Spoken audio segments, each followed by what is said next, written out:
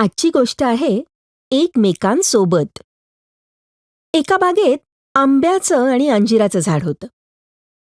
मुलं रोज त्या बागेत खेळायला जात होती. ती आंब्याच्या झाडावर चढून खूप मस्ती करायची. झाडाचे रसाळ आंबे तोडून खायची. अंजिराचं झाड छोटं होतं. हा आंब्याचा आनंद पाहून अंजिराच्या झाडाला हेवा वाटत असे.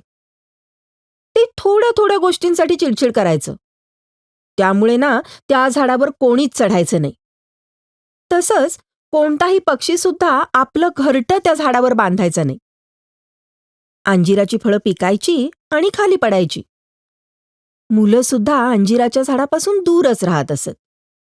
एके दिवशी मधमाशांचा थवा आला. त्यांना अंजिराचं झाड खूप आवडलं. राणी मधमाशीनी अंजिराच्या झाडावर आपलं पोळं तयार करायचं नियोजन केलं. पण अंजीर म्हणालं, "खबरदार जर तुम्ही माझ्याजवळ आलात तर." नंतर जेव्हा मधमाशीनी आंब्याच्या झाडावर आपलं पोळं बनवण्याची इच्छा व्यक्त केली, तेव्हा आंब्यानी त्यांचं मनापासून स्वागत केलं. काही दिवसांनी एक लाकूड तोड्या तिथे आला आणि त्यांनी आंब्याचं झाड तोडायला सुरुवात केली. तर मधमाशांनी त्याच्यावर हल्ला केला आणि लाकूड तोड्याला तिथून पळवून लावलं. नंतर लाकूड तोड्याचं लक्ष जसं अंजिराच्या झाडाकडे गेलं तसा तो आनंदित झाला, कारण त्याच्यावर कोणतंच पोळं नव्हतं.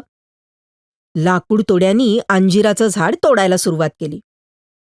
अंजिराचं झाड वेदनेने रडायला लागलं. त्यांनी मदतीसाठी हाक मारली, पण मधमाशांनी मदत करायला नकार दिला. तेव्हा आंब्याचं झाड म्हणालं, "अंजीर पण आपला शेजारी मित्र आहे. त्याची पिकलेली फळं आपल्या खूप उपयोगाची आहेत."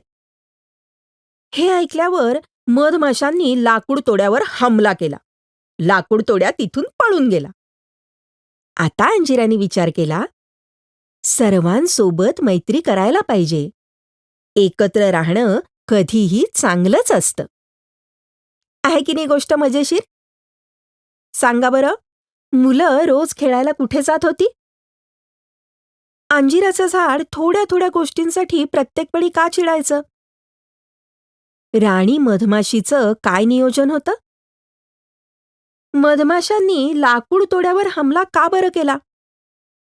तुम्ही कधी कुणाची मदत केलीये का? कशी?